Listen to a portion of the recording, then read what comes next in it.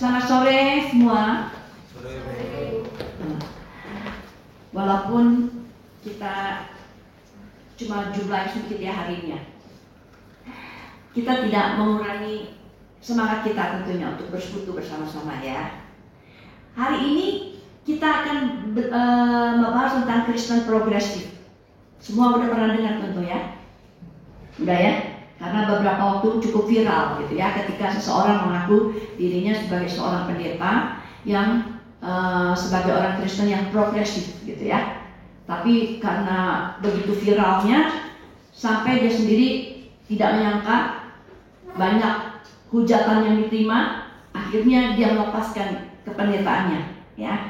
Jadi gara-gara dia memberitakan satu hal tentang Kristen progresif, dia mendapat banyak sekali hujatan, lalu dia melepaskan jabatan pendetanya. Jadi dalam hal ini kita bisa melihat bahwa tidak sembarangan lah ya, ketika kita berbicara baik di muka umum maupun dimanapun kita berada, kita harus berhati-hati. Apa yang kita bicarakan biarlah itu sudah kita uji dulu sebelum kita sampaikan kepada banyak orang ya. Saudara-saudara, kita melihat bahwa apa sih yang dimaksud dengan progresif? Kenapa begitu populer sekarang gitu ya? Padahal istilah ini sering kita dengar bukan di dalam hal yang lain, bukan dalam hal kekristenan. Jadi apa yang dimaksud dengan progresif? Kalau kita melihat menurut KBBI, yaitu Kamus Besar Bahasa Indonesia, ya, artinya progresif ini adalah ke arah kemajuan, ke arah kemajuan, kemudian berhaluan ke arah perbaikan dari keadaan sekarang. Artinya apa? Kita progresif ini adalah bergerak ke depan. Untuk apa? Untuk mengalami perbaikan, bukan perusakan gitu ya. Tapi perbaikan supaya makin lama makin baik, makin baik, makin baik. Itulah yang dikatakan, yang dimaksudkan dengan progresif. Ya. Jadi kalau demikian, ya. Apakah orang Kristen boleh hidup? Kalau nggak ya, kok nggak keluar ya? Apakah orang Kristen boleh hidup? Sorry nggak keluar nih, Jan. Nggak apa-apa deh. Apakah orang Kristen boleh hidup secara progresif? Boleh kan?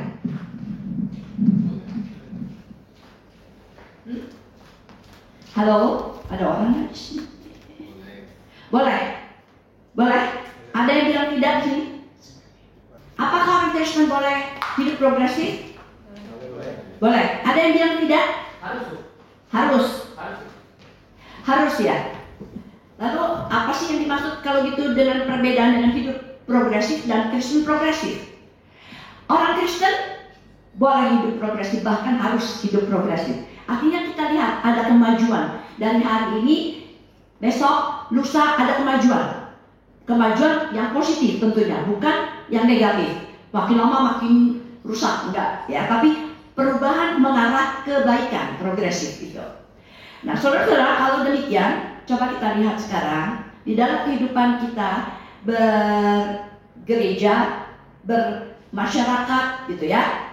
Banyak sekali hal-hal yang menawarkan hal-hal yang kurang baik gitu ya.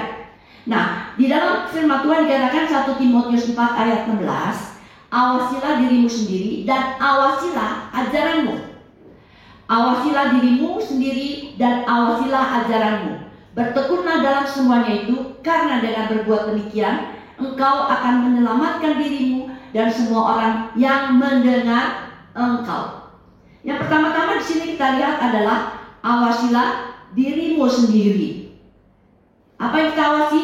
Ajaran kita. Ajaran kita. Supaya kita tidak berbuat hal-hal yang menjerumuskan di dalam hidup kita ini. Dan bertekunlah dalam semuanya itu. Karena ketika kita hidup, banyak pergumulan, banyak kesulitan, banyak persoalan yang kita hadapi. Tapi dikatakan tekun di sini. Artinya tetap setia gitu ya. Karena dengan berbuat demikian, engkau akan menyelamatkan dirimu. Artinya apa? Kita tidak terbawa masuk ke dalam jurang yang dalam. Semua orang yang mendengar engkau, Jadi bukan hanya kita, tapi orang-orang sekeliling kita juga akan terbawa untuk hidup benar. Ya. Nah, saudara-saudara, saya bacakan lagi di dalam 1 Yohanes 4 ayat 1-3 demikian. Saudara-saudaraku yang kekasih, janganlah percaya akan setiap roh. 1 Yohanes 4 ayat 1-3.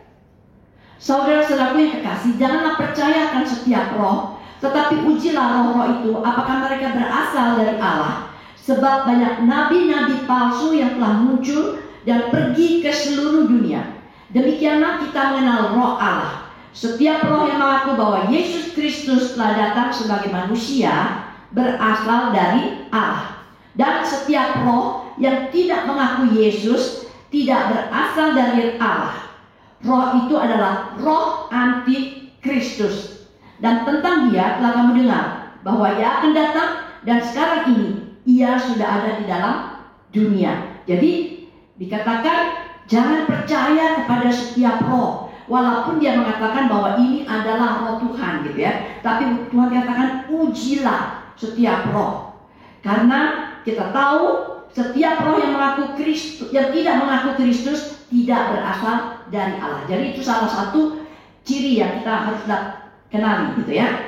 Kalau dia mengatakan bahwa Yesus Kristus bukan Tuhan, maka dia bukan berasal dari Allah. Dan roh itu adalah roh antikristus. Saya bacakan lagi satu ayat dari 1 Yohanes 2 ayat 22-23. Demikian firman Tuhan. 1 Yohanes 2 ayat 22-23. Siapakah pendusta itu? Bukankah dia yang menyangkal bahwa Yesus adalah Kristus? Dia itu adalah anti-Kristus, yaitu dia yang menyangkal baik bapa maupun anak. Sebab barang siapa menyangkal anak, ia juga tidak memiliki bapa. Barang siapa mengaku anak, ia juga memiliki bapa. Ya, siapa pendusta? Yaitu dia yang menyangkal Yesus adalah Kristus. Dia yang menyangkal bahwa bapa maupun anaknya, ya. Sebab barang siapa yang menyangkal anak, ia juga tidak memiliki bapa. Barang siapa mengaku anak, ia juga memiliki bapa. Nah, saudara-saudara, dari ayat ini kita bisa melihat bahwa kesesatan atau ajaran-ajaran yang kurang yang tidak benar sudah ada sejak zaman dulu kala, gitu ya. Bukan pada saat ini saja. Kristen progresif pun sudah ada berapa dekade yang lalu, bukan baru kali ini. Ya, cuma sekarang tiba-tiba muncul lagi ketika ada seseorang yang mengemukakan lewat Instagramnya. Ya, nah, jadi saudara-saudara, bahwa gereja itu mengalami banyak ancaman, baik dari luar maupun dari dalam.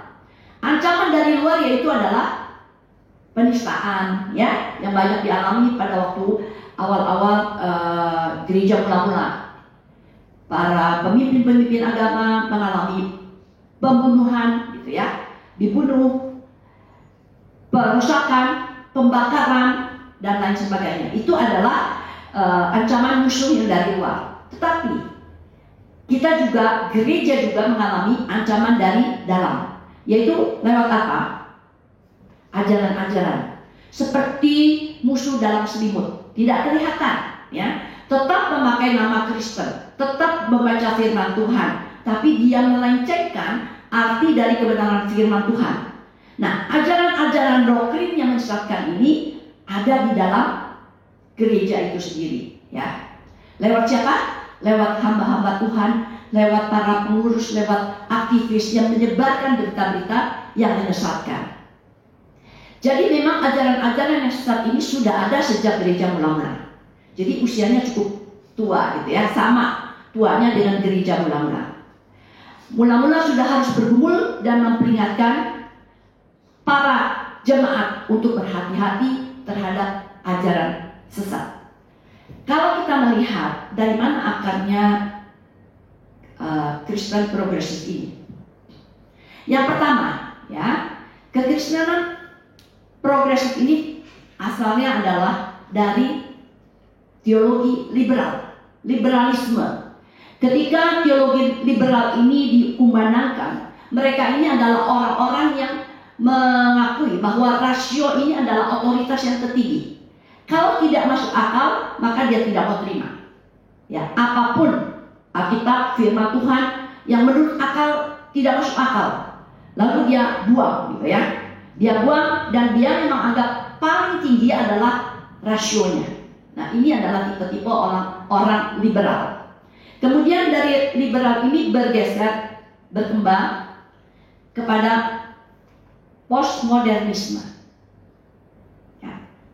Nah, pada zaman ini menganggap bahwa manusia adalah Allah yang tidur, gitu ya, atau Allah-Allah yang belum mengeluarkan potensinya, di mana kita semua adalah anak-anak Allah, bukan?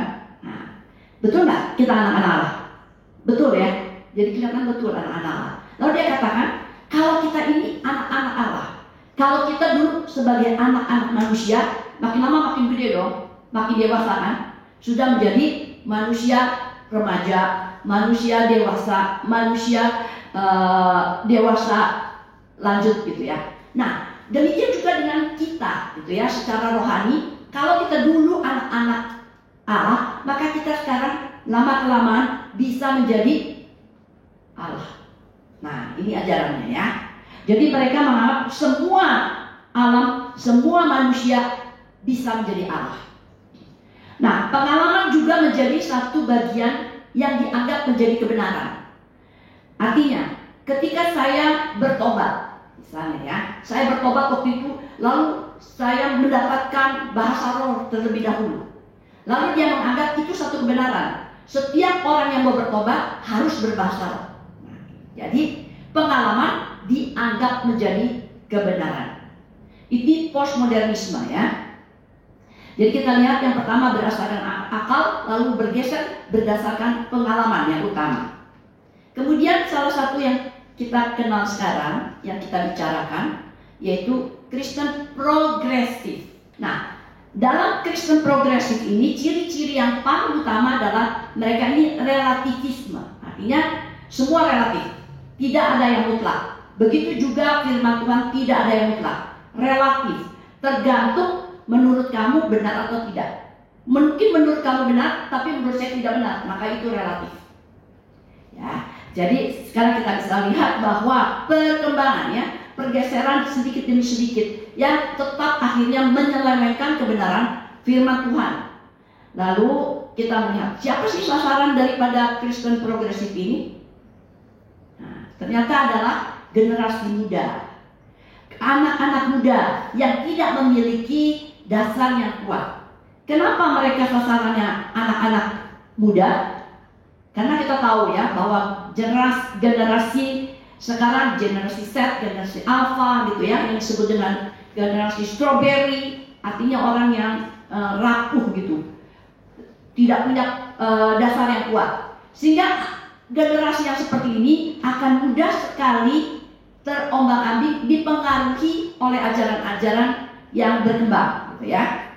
Karena anak-anak generasi muda pada generasi ini adalah memiliki karakteristik toleransi yang tinggi, sangat tinggi gitu ya toleransinya. Jadi berteman oke, dengan siapa saja oke, nggak salah gitu ya. Tetapi kadang-kadang toleransi yang kebablasan gitu ya. Jadi toleransinya apa saja diserap gitu ya, bukan hanya yang baik, tapi yang buruk pun diserap karena saking tolerannya.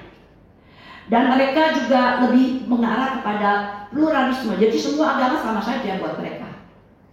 Agamu, ya agamamu, agamaku, agamaku gitu ya. Dan toleransi terserah gitu ya, masing-masing. Dan dari hasil riset dari Bilangan Riset Indonesia tahun 2018 dikatakan bahwa memang generasi yang muda ini ya, generasi Z dan Alpha ini hampir 90% senang dengan pengalaman-pengalaman baru. Jadi mereka punya karakteristik mau tahu hal-hal yang baru, mau coba hal-hal yang baru, kira-kira gitu ya. Nah, menurut Barna ya, ini memang data masih lama tahun 2004, 70% gereja kehilangan jemaat usia daripada 18 sampai 30 tahun. Jadi anak-anak remaja dan anak-anak dewasa muda. Saudara-saudara, memang inilah sasaran daripada ajaran-ajaran yang berkembang pada saat ini, di mana anak-anak muda gampang sekali gitu ya, karena punya karakteristik toleran yang tinggi, ingin pengalaman-pengalaman baru, perubahan-perubahan baru cepat sekali gitu ya, sehingga mereka gampang menyerap kepada ajaran-ajaran yang tidak baik sekalipun. Sekarang kita melihat apa sih perbedaannya atau kesalahan daripada Kristen progresif. Apa perbedaan Kristen progresif dengan Kristen yang Alkitabiah? Yang pertama, saya tidak akan bahas semua ya, tapi ada 5 poin yang akan kita lihat yang merupakan ciri-ciri daripada Kristen progresif. Yang pertama, yang pertama adalah pandangan tentang Yesus. Menurut Kristen progresif, ya, Yesus itu hanya manusia biasa. Dia adalah manusia yang sempurna, yang bisa menjadi teladan yang baik buat kita manusia. Yesus bukan Tuhan. Ya, Yesus itu hanya manusia sempurna yang bisa menjadi teladan buat manusia.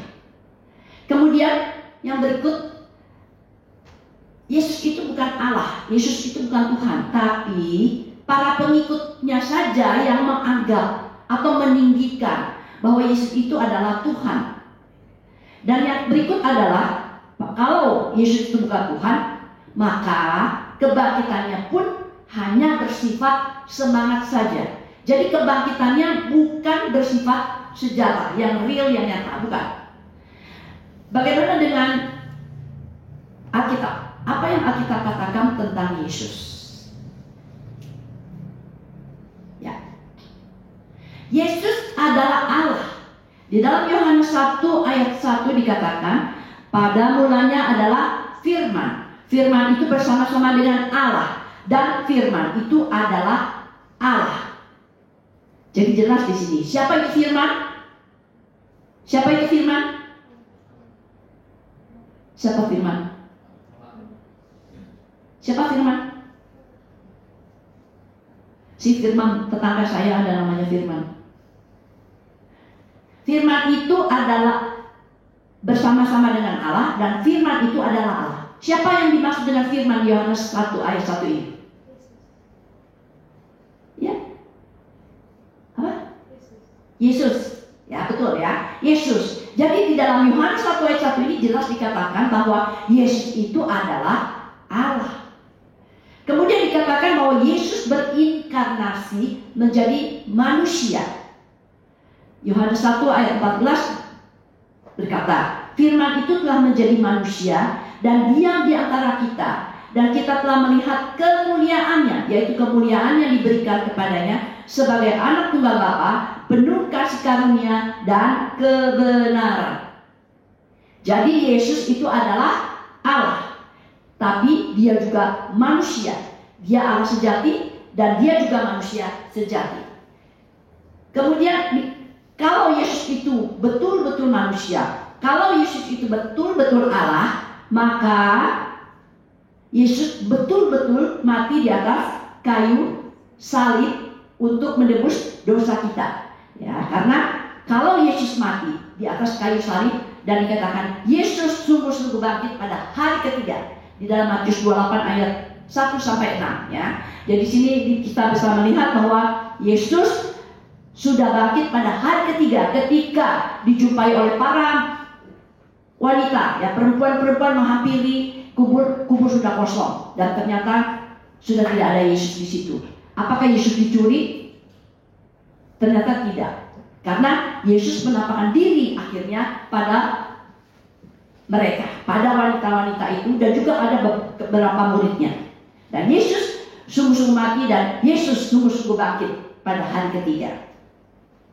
Kemudian yang berikut adalah perbedaan daripada Kristen progresif, pandangannya tentang Alkitab. Dikatakan bahwa Alkitab bukan firman Tuhan, itu hanya hasil karangan manusia.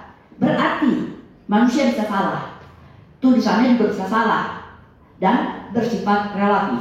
Jadi Alkitab adalah hasil karya manusia, berarti Alkitab bisa salah dan bersifat relatif, tidak mutlak. Kemudian dikatakan bahwa Alkitab berisi sejarah, tidak relevan dengan masa kini. Ya, nah saudara-saudara, dia mengatakan demikian. Alkitab itu bukan firman Tuhan. Alkitab bisa salah karena dia melihat bahwa ada beberapa kontradiksi yang terjadi di antara dalam Alkitab. Itu yang dia lihat, ya. Tapi nanti kita bisa melihat apa yang sebenarnya terjadi. Dan mereka mengatakan Alkitab itu hanya sejarah. Jadi sudah tidak sesuai dengan zaman kita. Itu cocoknya zaman yang lalu. Tidak relevan lagi dengan masa kini. Sehingga mereka akhirnya menerima, ya, orientasi seksual yang LGBT. Ya. Mereka setuju. Karena itu perkembangan zaman. Itu kan hak manusia untuk memilih dia mau menjadi seperti apa. Ya. Kemudian juga mereka menerima poligami. Kenapa? Itu di Alkitab semua tokoh-tokoh istrinya lebih dari satu. Ya. Kenapa? Kenapa kita tidak boleh?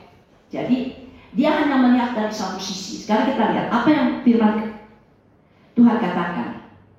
Ya, karena mereka hanya melihat hak manusia, tapi melupakan kewajiban daripada manusia.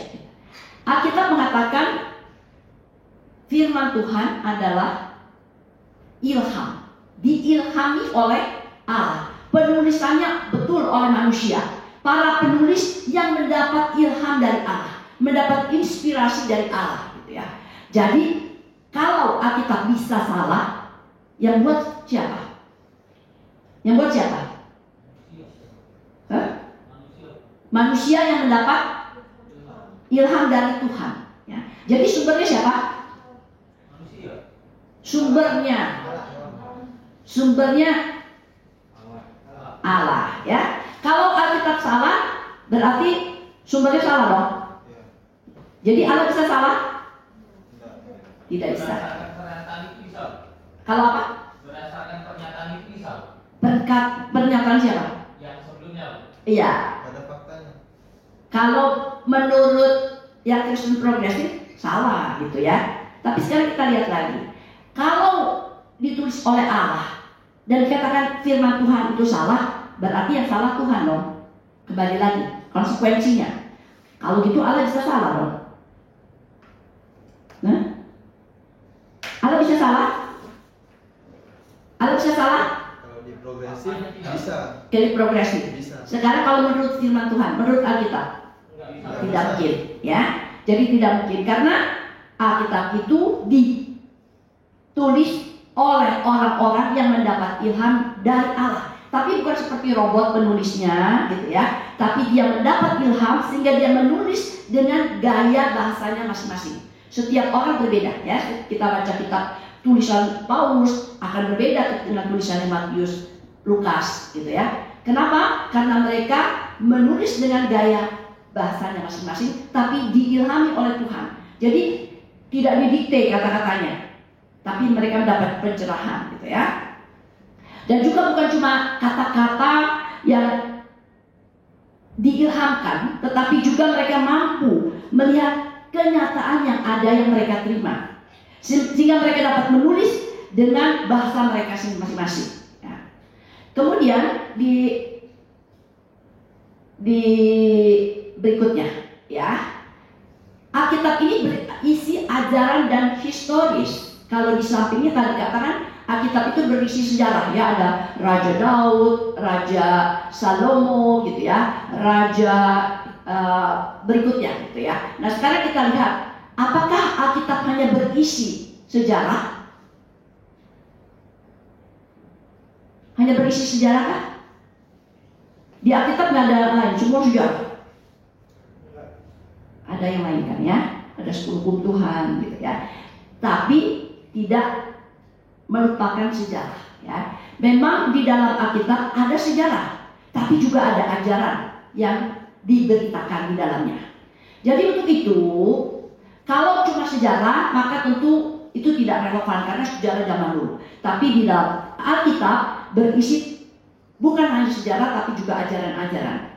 Sejarah itu memperlihatkan ya, kenapa di Alkitab kok tokoh-tokohnya semua nggak ada yang benar gitu ya, hidupnya amburadul gitu kira-kira kalau zaman sekarang ya, punya istri banyak, keluarga berantakan, kok begitu ya? Nah, di sini kita bisa melihat bahwa di dalam Alkitab semua keberdosaan manusia tidak ditutup-tutupi, diungkapkan bahwa menyatakan bahwa manusia memang berdosa dari awal sampai sekarang manusia itu berdosa. Tapi itu bukan berarti keberdosaannya itu benar, gitu ya. Karena ada ajaran dalam Alkitab yang harus dituruti. Tapi kita melihat ada bobroknya manusia. Walaupun mereka sebagai tokoh-tokoh, mereka punya kelemahan dan punya dosa. Nah, jadi dalam hal ini kita melihat Allah memakai orang berdosa, tapi Allah tidak menyetujui perbuatan dosanya. Karena Tuhan memberikan aturan-aturan, Tuhan memberikan ajaran-ajaran. Untuk itu Alkitab tetap firman Tuhan, meskipun tidak seakurat mencatat sejarah. Karena Alkitab bukan hanya buku sejarah ya. Kalau kita mau cari sejarah yang lengkap, tentu kita cari buku sejarah tentang raja-raja zaman dulu. Di Alkitab hanya ditulis singkat-singkat. Tapi kalau kita mau tahu lebih detail, maka kita harus cari buku sejarah. Nah, saudara, Alkitab itu tidak berubah, ya, tidak bisa berubah. Kalau di progresif dikatakan tidak relevan, maka mereka bisa merubah Alkitab, menafsirkan semau dia, ya, semau aku mau menyenangkan, aku mau seperti ini, ya udah aku tafsirkan semau maunya, gitu ya. Tetapi Alkitab itu tidak bisa berubah. Tuhan katakan sudah lengkap, tidak bisa berubah titik sekalipun. Oleh sebab itu kita tidak bisa seenaknya menafsirkan Alkitab. Ada rambu-rambu ketika penafsiran Alkitab itu dilakukan. Allah menciptakan laki-laki dan perempuan, gitu ya. Nah, kalau menurut Kristen progresif, loh kan hak daripada setiap orang toh memilih saya mau menjadi perempuan atau saya mau menjadi laki-laki. Tetapi Alkitab di sini mengatakan di dalam kitab Kejadian 1 aja dikatakan Allah menciptakan laki-laki dan perempuan. Tidak ada identitas seksual yang ketiga. Ya, cuma dua. Dan Tuhan mempersatukan antara perempuan dan laki-laki. Tidak ada laki-laki dengan laki-laki, perempuan dengan perempuan. Jadi di sini kita bisa melihat bahwa Tuhanlah yang menetapkan hukum dan kebenaran, bukan manusia. Lewat apa? Lewat firman Tuhan. Nah, di dalam kita bermasyarakat ada juga hukum kita. Tapi dasar dari segala hukum adalah firman Tuhan. Dasar dari segala hukum yang berlaku. Segala kebenaran di dunia ini adalah berdasarkan kebenaran Tuhan. Dasarnya. Ya. Kemudian kita lihat yang berikut. Keselamatan. Keselamatan menurut Kristen progresif bisa dilakukan dengan perbuatan baik. Setiap orang bisa selamat asal dia melakukan perbuatan baik. Ya. Keselamatan adalah untuk semua orang yang berbuat baik. Jadi bisa dikerjakan sendiri. Kenapa? Karena pada dasarnya menurut Kristen progresif, pada dasarnya orang manusia itu dilahirkan tanpa dosa, putih, ya, seperti kertas putih, tidak ada dosa warisan. Oleh sebab itu tidak perlu percaya pada Yesus Kristus yang katanya mau menyelamatkan manusia. Tidak perlu percaya Yesus mati di atas kayu salib. Itu hanya dongeng. Karena manusia tidak butuh keselamatan. Manusia bisa menyelamatkan dirinya sendiri. Itu kata mereka, ya. Sekarang kita lihat apa yang dikatakan firman Tuhan. Alkitab mengatakan manusia sudah jatuh ke dalam dosa. Di dalam Roma 3:23 kata manusia sudah jatuh ke dalam dosa, tidak dapat berbuat benar dan telah kehilangan kemuliaan Allah. Karena semua orang telah berbuat dosa dan telah kehilangan kemuliaan Allah. Jadi semua manusia tidak bisa berbuat benar. Karena semua manusia sudah dilahirkan dalam dosa warisan. Ya, tidak ada yang tidak memiliki warisan dosa. Ya, kalau warisannya harta enak ya. Tapi ternyata kita hidup pertama-tama dapat warisan. Apa warisannya? Dosa. Ya. Dan oleh sebab itu, kalau kita sudah jatuh dalam dosa, kita memiliki dosa warisan, untuk kita bisa selamat hanya bisa karena kasih karunia. Setiap orang berusaha untuk berbuat baik, tetapi tidak ada manusia yang bisa melakukan seluruh kehidupannya berbuat baik terus. Kita saja ya setiap hari, pernah nggak kita berbuat dosa? Satu hari aja, satu hari tidak berbuat dosa pernah. Mungkin tidak melakukan, tapi di dalam pikiran, ya, pikiran kita, rencana hati kita, gitu ya, ada niat-niat jahat. Nah, saudara itu dari mana? Dari kecil aja, anak kecil aja sudah tahu gitu ya, berbohong, nggak pernah diajarin orang tua, tapi dia belajar berbohong. Untuk itu kita bisa melihat bahwa memang manusia itu sudah ada dalam cengkeraman dosa. Untuk bisa diselamatkan tidak cukup berbuat baik, tapi hanya bisa karena kasih karunia daripada Tuhan semata-mata, ya. Efesus 2 ayat 8 sampai 9 dikatakan, sebab karena kasih karunia kamu diselamatkan oleh iman. Itu bukan hasil usahamu, tetapi pemberian Allah. Itu bukan hasil pekerjaanmu. Jangan ada orang yang memegahkan diri. Kemudian, kalau kita bisa diselamatkan oleh kasih karunia, kita bisa berbuat baik. Jadi jangan sebaliknya kita berbuat baik untuk selamat, tapi kita bisa berbuat baik karena kita sudah diselamatkan. Jadi perbuatan baik adalah hasil daripada pertobatan, sehingga kita bisa hidup untuk tidak berbuat dosa ketika kita sudah mengalami pertobatan itu, ya. Jadi dalam Filipi 2 ayat 12 dikatakan, hai saudara-saudaraku yang kekasih, kamu senantiasa taat. Karena itu tetaplah kerjakan keselamatanmu dengan takut dan gentar. Bukan saja seperti waktu aku masih hadir, tetapi terlebih pula sekarang waktu aku tidak hadir. Kerjakanlah keselamatanmu. Kalau saya mengatakan saya sudah bertobat, saya sudah memperoleh kasih karunia Tuhan, memperoleh keselamatan, maka buktikan lewat perbuatan sehari-hari kita, ya.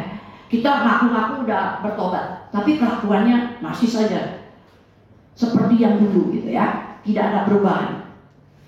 Untuk kita harus koreksi diri, ya. Kalau sungguh kita sudah diselamatkan Tuhan, kalau kita sungguh sudah bertobat, maka kita akan bisa dimampukan untuk berbuat baik karena kekuatan daripada Roh Kudus, bukan kekuatan kita.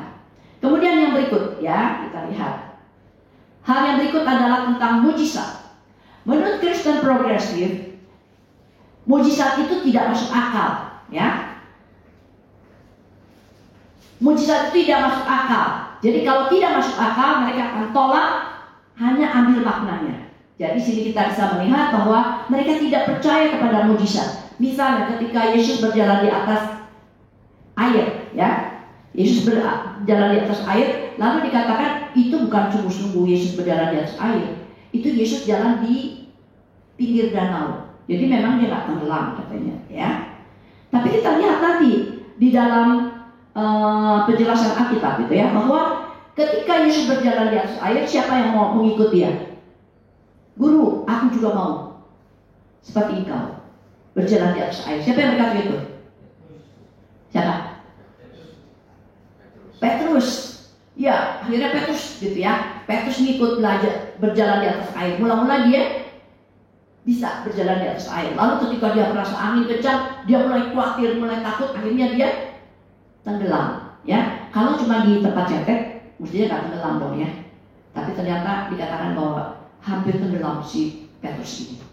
Jadi memang kita bisa melihat bahwa mujizat itu bisa nyata, ya. Kenapa? Karena kekuatan daripada Tuhan, karena kuasa daripada Tuhan.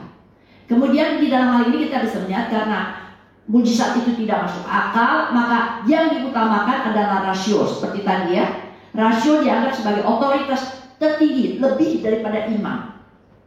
Apa yang dikatakan Alkitab? Mujizat sungguh-sungguh terjadi, ya. Tadi contohnya banyak sekali mujizat yang di-counter oleh mereka, seperti Yesus memberi makan 5.000 orang, gitu, ya. Sisa 12 bakul, mana mungkin, kata dia, gitu, ya. Cuma 5 roti dan 2 ikan bisa memberi makan 5.000 orang, lalu sisa 12 bakul?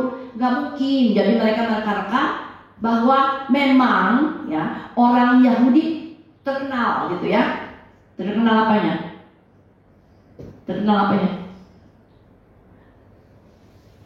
Pelit gitu ya. Dan kalau pergi kemana-mana mereka tuh suka bawa makanan gitu ya. Nah lalu waktu Yesus memanggil seorang anak kecil maju dan dia menyerahkan makanannya, yang lain tergeraklah hatinya. Malu, anak kecil aja nyerahin, masa saya enggak? Maka mereka keluarin semua makanannya, sehingga dikumpulkan dan sisanya 12 bakul gitu ya. Padahal di dalam firman Tuhan dikatakan Yesus mengambil roti lalu memecah-mecah belaka, berdoa dan memecah-mecahkan roti itu dan dibagi-bagikan. Ya, jadi bukan orang yang mengeluarkan rotinya.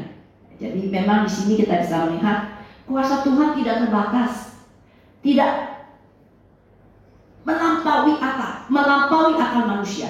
Allah berkuasa melampaui akal manusia, bukan tidak masuk akal seperti yang mereka katakan ya. Tidak masuk akal mereka tolak. Tetapi kuasa Tuhan melampaui akal manusia.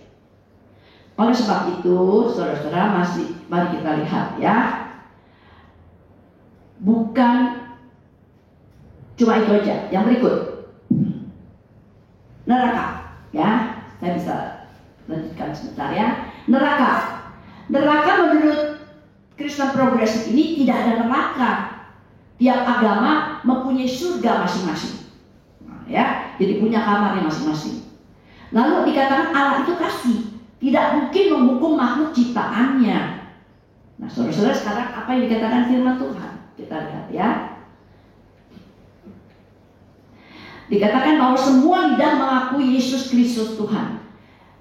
Yesus Kristus adalah Tuhan bagi kemuliaan Allah Bapa. Ya, jadi kalau pada akhirnya semua orang Yesus mengaku bahwa Yesus Kristus adalah Tuhan, berarti dialah yang menjadi raja di atas segala raja pada kedatangan yang kedua kali nanti.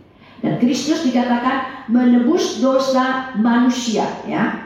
Sebab sangat penting, yaitu Kristus telah mati karena dosa-dosanya dan Yesus karena dosa-dosa manusia, sehingga kita bisa ditebus dan kita bisa diselamatkan karena Kristus telah mati buat kita ya.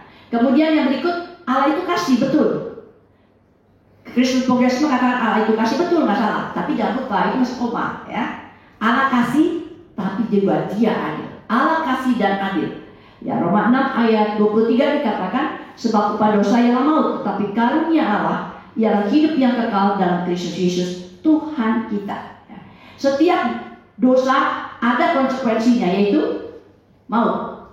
Upah dosa ialah maut. Tetapi Tuhan mengasihi kita manusia sehingga Dia memberikan kasih karunia-Nya dan kita boleh diselamatkan dan memperoleh hidup yang kekal. Ya, jadi Allah mengasihi manusia. Allah itu kasih, betul. Allah mengasihi manusia, tapi Dia benci terhadap dosanya. Oleh sebab itu dosa tidak mungkin masuk ke dalam surga, karena surga adalah tempat kemuliaan Allah di mana Allah suci. Kesucian tidak bisa bersatu dengan dosa. Oleh sebab itu orang yang mau masuk ke dalam surga harus disucikan lebih dahulu oleh darah Kristus ya. Jadi jangan lupakan ya, Allah kasih tapi juga Allah adil. Setiap dosa ada konsekuensinya. Akibat dosa maut. Begitu juga di dalam kehidupan kita ya. Setiap kita melakukan kesalahan ada konsekuensinya, ada hukumannya. Di dalam aturan negara pun demikian ya. Dikatakan bahwa kasih tanpa hukum adalah liar, semau maunya orang kan ya. Berbuat dosa lah sebanyak-banyaknya. Kan Tuhan kasih. Akhirnya kita akan selamat juga. Berbuat dosa lah sebanyak-banyaknya. Tapi jangan lupa ya, Tuhan itu memberikan keadilan juga. Tuhan menghukum setiap hal-hal dosa. Hukum tanpa kasih adalah legalistik ya. Jadi kasih tanpa hukum adalah liar, tapi hukum tanpa kasih adalah legalistik. Tuhan adalah kasih dan Dia juga adil. Oke, terakhir ya. Yang terakhir, kita bisa melihat kalau gitu cara hidup orang Kristen seperti apa. Yang pertama adalah kita harus taat pada otoritas Alkitab. Alkitab adalah paling tinggi pegangan di dalam hidup kita. Apapun hukum-hukum yang berlaku, kita harus kembalikan kepada firman Tuhan, benar atau tidak, gitu ya. Kalau kita mengatakan taat pada otoritas Alkitab, bagaimana kita tahu isi Alkitab kalau kita tidak pernah baca? Oleh sebab itu, memang kita harus mengetahui apa isi Alkitab, supaya kita tidak ikut arus zaman yang tidak benar, supaya kita tidak tersesat di dalam jalan di mana kita berada jalan ini, ya. Kemudian ada batasan dalam penafsiran, ya. Alkitab itu kadang-kala tidak langsung, gitu ya. Perlu ada penafsiran. Maka kita perlu buku-buku penafsiran yang betul, benar-benar, ya. Kita perlu belajar dari orang-orang yang mengerti dengan benar kebenaran firman Tuhan. Tidak semau-maunya menyelewengkan penafsiran Alkitab sesuai dengan keinginan kita. Tadi seperti tadi beberapa orang mengatakan bahwa kenapa dia menjadi Kristen progresif? Kenapa? Karena saya melihat bahwa Tuhan itu kasih. Nggak mungkin Tuhan menghukum orang. Bagaimana saya bisa menyelamatkan orang lain yang tidak percaya pada Tuhan? Jadi dia menafsirkan semau dia, gitu ya. Bagaimana orang bisa selamat? Maka dia bilang, kamu bisa selamat kalau bisa berbuat baik. Padahal firman Tuhan tidak mengatakan demikian, ya. Firman Tuhan mengatakan karena kasih karunia, kalau kamu percaya pada Tuhan, maka bisa diselamatkan. Jadi jangan semau-maunya menyelewengkan kebenaran firman Tuhan, ya. Nah, saat ini memang banyak sekali perubahan di dalam zaman dan lingkungan, ya, melalui berbagai macam-macam ajaran atau pikiran dari pemimpin-pemimpin, pengurus-pengurus maupun aktivis gereja sekalipun, ya. Jadi ini adalah musuh dalam selimut, menyusupkan ajaran-ajaran di dalam kekristenan. Kemudian yang berikut adalah hidup benar, ya. Hidup benar menolak ajaran yang tidak benar. Kalau kita tahu dasar yang benar, maka kita punya kekuatan untuk melakukan sesuatu, maka kita harus melakukannya di dalam hidup kita. Ketika kita tahu itu tidak benar, jangan lakukan. Jangan kita cuma tahu, tapi diajak teman, ya udahlah, apa-apalah, sedikit-sedikit, gitu ya. Tapi kita harus punya sikap, dikatakan menolak ajaran yang tidak benar.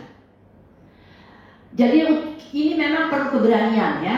Kalau kita punya teman aja, kalau diajak sesuatu yang tidak benar, kadang-kadang kita, aduh kalau saya nolak, tapi nggak mau lagi berteman dengan kita, gitu kan? Ya.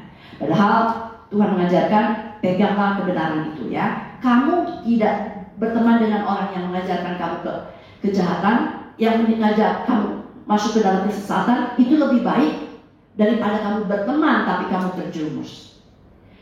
Jadi memang kita perlu keberanian dan juga perlu memilah-milah semua berita dan informasi yang kita dengar. Ya, kalau sekarang kamu mau cari apa aja gampang, gitu ya, lewat handphone, lewat segala macam medsos, kita gampang tinggal klik keluar lah. Pilah-pilah lah, ya, cari yang mana berguna, mana yang tidak. Jangan sampai kita melihat hal-hal yang malah merusak hidup kita, gitu ya. Sehingga mempengaruhi pandangan prinsip atau nilai-nilai hidup kita. Cari dulu yang benar. Ngapain kamu buang waktu untuk melihat, menonton hal-hal yang tidak benar, gitu ya. Sehingga kita bisa mewujud nyatakan firman Tuhan lewat kehidupan kita di masa kini, ya, yang penuh dengan informasi dusta, banyak hoax-hoaxnya, ya. Kemudian yang berikut adalah toleransi kepada umat beragama, bukan terhadap ajarannya. Kita perlu toleransi dalam bersosialisasi, perlu, ya, karena kita hidup dalam beragam-ragam manusia di dalam masyarakat kita. Tapi ingat, kita toleransi bukan berarti kita ngikut mereka. Karena penuh dengan toleransi, saya ikut kepada ajarannya, bukan. Kita bertoleransi, misalnya kita ada orang membutuhkan, ya, berbeda agama dengan kita. Dia sakit, nggak punya uang, kira-kira begitu. Lalu kita mau bawa ke dokter, aduh, beda ajarannya sama saya nggak mau tolong, bukan, ya. Tapi kalau kita sungguh-sungguh menjadi orang yang diterangi oleh kehidupannya, firman Tuhan, maka kita akan menolong dia, siapapun dia, agama apapun dia, ya, apapun, apakah dia juga pernah menyakitkan kita. Kalau dia membutuhkan pertolongan, sungguh-sungguh membutuhkan pertolongan, kita bisa lakukanlah. Ya, itu artinya kita penuh toleransi terhadap sesama kita, tapi bukan ikut-ikutan dalam ajarannya. Jadi terakhir, ya sebagai penutup, ya sola gratia, sola fide, sola scriptura. Hanya karena anugerah, hanya karena iman, hanya karena firman Tuhan kita boleh menjalani hidup ini dan kita boleh diselamatkan. Sehingga dengan mengetahui kebenaran kita dimerdekakan oleh kasih Kristus. Untuk itu kita perlu bertanggung jawab di dalam menjalani kehidupan ini. Jangan cuma tahu tapi tidak melakukan. Tanggung jawab, lakukan supaya kita bisa memperbaharui hidup kita makin lama makin menyenangkan hati Tuhan dan membangun kembali apa yang sudah lalu, ya, yang lalu yang sudah kurang baik kita perbaiki terus di masa-masa akan yang datang, sehingga akhirnya kita boleh memuliakan nama Tuhan.